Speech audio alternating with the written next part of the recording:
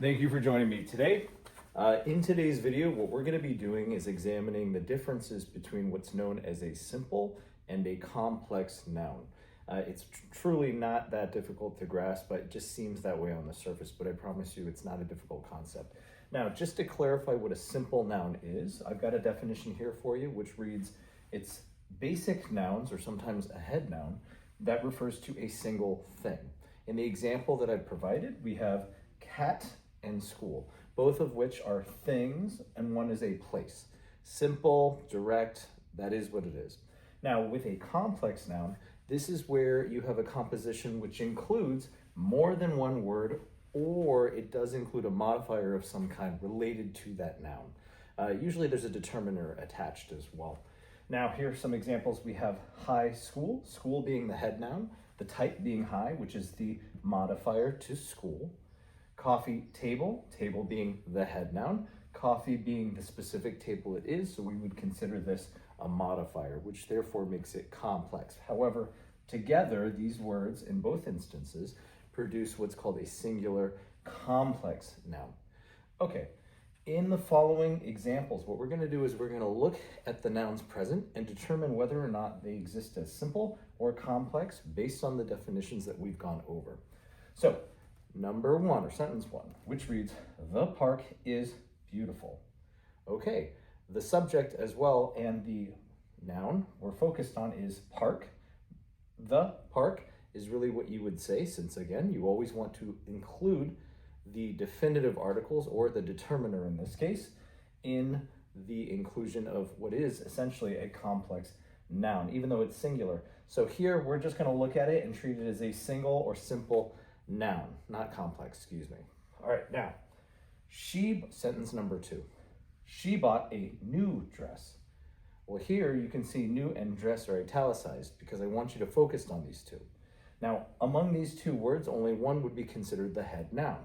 The head noun in this case is the main object, which happens to be the dress. The modifier which we include with that noun is new. It's not just a dress, it's a new dress. Therefore, both work as a complex noun. All right, moving on to sentence number three. We went to the city yesterday. Okay, you'll notice city is italicized. We're looking at a singular place. Don't forget, if they're asking which city, the determiner would be the city. Always want to include those definitive articles. However, in this example, we're looking at a simple noun. Okay, sentence number four. We have the bookstore is open late. Well, what's our focus noun? It happens to be bookstore, which is a singular word. So bookstore in itself is actually a simple noun since it references a very specific kind of store, one that happens to sell books, if you couldn't already tell, embedded in the name. All right, and then our last one is going to be sentence number five, which reads, my grandmother's house is cozy. Now here, the modifier would be the possessive of grandmother, meaning she's in possession of something or something belongs to her, which in this case follows, that being the house. That'll be our head noun. What kind of house is it? Well, it's our grandmother's house. So because it's an association, because it includes both the modifier and the head noun, we would consider this a complex noun. Okay, hopefully this clarifies the difference between what is a simple noun, which is a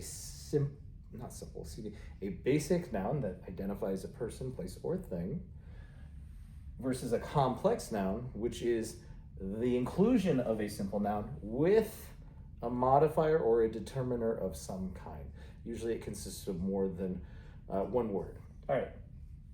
As an exercise at home, I would encourage you to please make an attempt to produce at least 2 to 3 sentences in the comment section below using a combination of both simple and complex nouns. All right, thank you for joining me today, and I look forward to working with you, hopefully in the next one. All right.